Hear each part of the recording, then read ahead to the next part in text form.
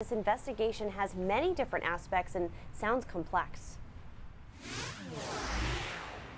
Yeah, Lee and Lindsay, that's right. It is a bit complex, in part because it's an ongoing investigation. But let's outline a little bit of what we know right now. Police say that Boyce lived in Woolwich, but the first incident happened here in Lisbon, where police say the victim lives. Police say they initially charged Boyce with one count of gross sexual assault. But during the course of the investigation, the district attorney has now added more charges, another count of gross sexual assault and 2 more counts of unlawful sexual contact with a minor. Police say this investigation spans multiple towns in multiple counties, and they're worried it's possible there may be more victims. The charges involve a teacher at Pine Tree Academy, Derek Boyce, and one of his 15-year-old female students. It was more than one incident. It appears to be an ongoing situation.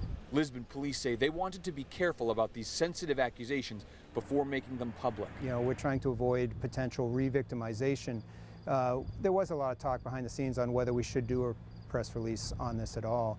But what it eventually came down to is the potential that there are other victims out there. Pine Tree Academy spokesperson Scott Christensen said Boyce was instructed not to visit the campus or have any student contact pending the investigation. School administrators remain very concerned about the immediate and long-term impact of the alleged incident on all involved, he wrote in a statement.